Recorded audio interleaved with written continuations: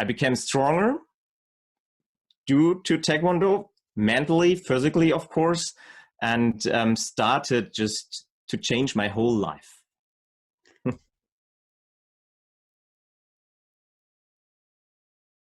For me, it's like, if you know the movie The Matrix, when Neo was offered to take the blue or the red pill, and what was said is that if you take the blue one, your life becomes like it was before. You don't know anything about a higher being or consciousness or whatever. But if you take the red one, you can't go back. And I think not everyone is prepared to take the red one yet. Hi, I'm Princess Gaia. And hi, I'm Dr. D. And today I would like to introduce our interview partner, Björn. Björn is not only a doctor of psychology, he as well holds his 4th dan in Taekwondo.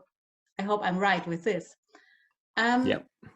Good. What I like to say about Björn, that I think he is very much in resonance with himself and with his surroundings. And he supports kids and young people in finding their path through the adventurous life. What I like also about him is that he's not only telling his stories, he really embodies his stories and he lives his stories. So welcome, Björn. Thank you. So Björn, tell us just a little bit about your previous professional background. So, well, I started my professional career as a computer scientist, and I studied computer business sciences, and it was like focused completely on processes, on quality, on project management, and very business driven, and also try to, of course, be a good employee and worker for someone else. And this was like more than 10 years ago. And also, yes, right now, 10 years ago when I left a huge German software engineer company, just because it was not my path any longer. Very cool. Now, you were also into Taekwondo. How has that influenced your professional life? It influenced my whole life, not only my professional life. So you have to know, I started Taekwondo when I was a kid, like 6 years old. After some years, I stopped again, and like 15 years, I did not do any Taekwondo. It was like searching for the sports that is suiting me and that is fulfilling me completely. But in everything I did, there was always something missing, a feeling that I had. And when I started studying in Heidelberg, I started Taekwondo again. And the first lesson, it was like, whoa, there it is. This is the feeling I've been missing all my life, or the past 15 years. And then it becomes slowly more and more, it influenced my complete life, because Taekwondo, as I understand, is not only martial arts, it's not only fighting, it's way more. And it was one main reason why I stopped working in this very focused and very project-driven computer science area or computer manufacturing area. And it was like, no, it can't be that I'm working for a company that only earns money, so some very less people can get more and more. And this was some kind of very changing my whole life. And today, like for 2 years, I'm not working any longer for someone else, and I'm free to do what I love. So Taekwondo is the root cause of everything for me. And when I do Taekwondo, or when I think about Taekwondo, then it's not only the movements or what you teach the people. It's a mindset, a total different mindset. You can also find in other like movement arts or in other arts, whatever you think about. If you dig deeper into it, then it's about people, and it's about how people interact with each other, how I'm convinced that I'm a good person or not, and so on and so forth. When I started digging deeper into what Taekwondo really is, and also 2007, I took over a school for martial arts. So I became the head teacher, the master, however you like to call it. And this was when I started also to think about, rethink my whole idea of myself, of my surrounding, of the people, of the concepts, of everything. And so it really, it is in everything I do, there is a part of Taekwondo, because this is what makes me. And also my whole business is what I started, being a non-profit or the for-profit I just started. It is all supporting people on their way of life, so that every one of my students can find their own way of life. And so this is what I currently think is the role of myself. What a blessing that you're so in tune with your body and with your work at the same time. That's awesome. Yeah. Now you have some other projects that you're working on too. Could you tell us a little bit more about those? Of course, yes. So when 2016 I started, it was after my PhD thesis, where I had interviews with Taekwondo masters and school teachers. And then I started to think, well, Taekwondo has such great ability to support people, especially young people, in their physics, in their mental state, in everything. But why is not everyone coming to us in the schools and wanting to teach or to learn Taekwondo? And this was when I started Doctor. Doctor is a program I created back in 2016 and 17, and it's literally, it's Korean and means translated supporting, helping.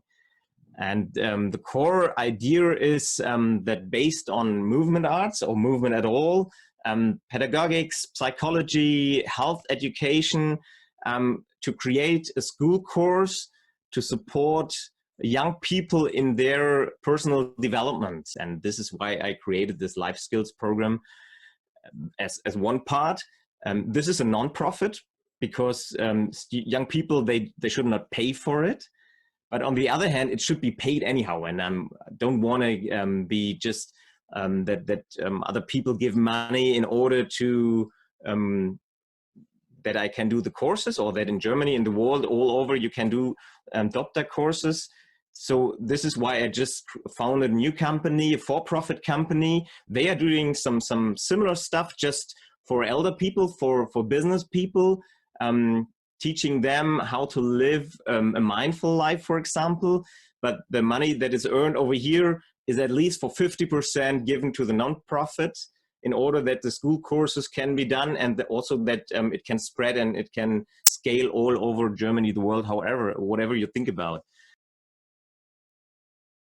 Yeah, I do workshops, I do lectures in universities, also seminars, whole seminars. I'm teaching other people how to do entrepreneurship, how to become a mindful entrepreneur, as I call it, not only just a social entrepreneur or an entrepreneur at all, and all those. So there's a lot I do. Sometimes it's probably too much, or people might think, but I think because I do Taekwondo and it supports, it levels me up, my energy level. You do sports and it supports your entire life. These youth empowerment programs you have, right? So do you have an example, like an example for our audience? So basically what we are doing is we have like 18 to 20 modules. It is a half of a school year, and so it comes, sometimes it's 17, sometimes it's more hours once a week, 90 minutes. We start with some movements like stretching, doing some ideas of yoga or movement arts or whatever, because it's always, for me, it always starts physically, and then we dig into a specific topic for each module. And we have one method. It's where the kids, they get Lego, you know, the small bricks and figures. They have to think about or find one who they are, probably how they would see themselves, put it on. Then they should find out. So it's some kind of I don't know how to call family. Yeah, placement. Yeah. Yes, exactly. Just we do it with Lego. It was one young kid, she was 16 and she started, and then I said, okay, put now some people you really love and you really like. And she was in a boarding school at that time, so she didn't see her father very often, and so she put her father on it.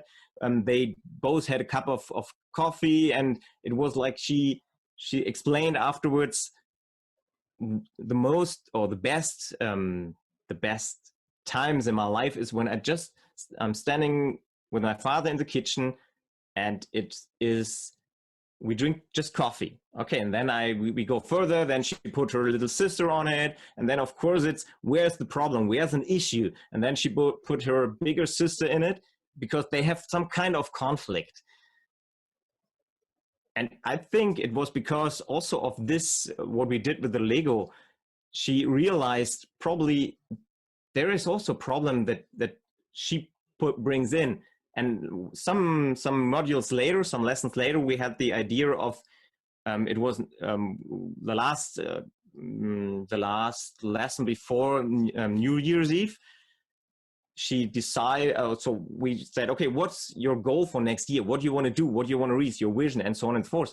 And she said, well, I think I want to go to my biggest sister and try to talk to her and get rid of the conflict we have. And so this is, for me, was one of the reasons why I think that, whoa, didn't expect this to happen, but actually she did it. And currently I don't know whether it was successful or not, but at least getting into another idea of, or reflecting in different way your life, and this comes out that you really find something you want to do, then it's successful.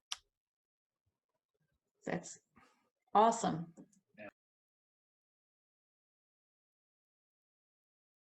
So for me personally, I did some accelerator programs, and also I'm teaching accelerator or in an accelerator program. But for me, most of these programs, also in entrepreneurship, they are focusing on bringing up your business. So they are teaching you, of course, a lot of good methods, but they don't teach you personally normally. They only focus on your current project and how to make this project become more successful, more business-like, whatever.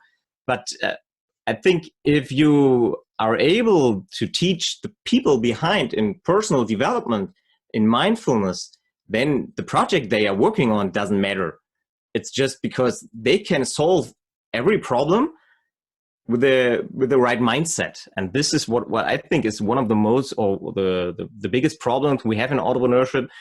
The programs and all the ideas, they are only focusing on how to make the business even better. They are not focusing enough on the people behind. And you mentioned this mindful entrepreneur. Is that the mindset that you were talking about you teach? And how do you teach that mindset? Yeah. So the basic idea is of myself, and why I also created this term of mindful entrepreneurship is, first of all, of course, you have to build up your business, but first of all, you have to take care of yourself. Because if you're building up your business and you don't have resilience or whatever methods created mindfulness, then you will somehow come to a point where probably you will fail. And then it's just because you had probably some in your past life, some good teachers, or some good resources, some resilience resources that you can go on. But most people don't have this. So this is why I'm, besides of only teaching the business side, I'm also teaching personal skills. So my whole business will be built on the people-centric view, and not on how to make more money or build the best product and so on and so forth. It's about how to be better for how to create better products for the people, the customers, the employees, other people around, and so it's a total different mindset I try to bring into entrepreneurship. That's awesome. And I love how you talk about the importance of self-care as one of the key aspects of entrepreneurship. You'd be amazed how many people throw away their souls, more or less, in order to keep that business afloat, and they burn out. I think that's a really important thing that you're teaching. You're just wonderful, Björn. No, I agree. Thank you. Enthusiasm is contagious. Yes. So basically, if you think not of this is a job, so this is your life journey, and you have some specialty that you can teach other people. And probably I didn't find it yet completely, but this is what drives me, what I'm here for. And this is what other people might think, well, he's very passionate, but it's just a very strong motive or motive in my heart. And that drives me.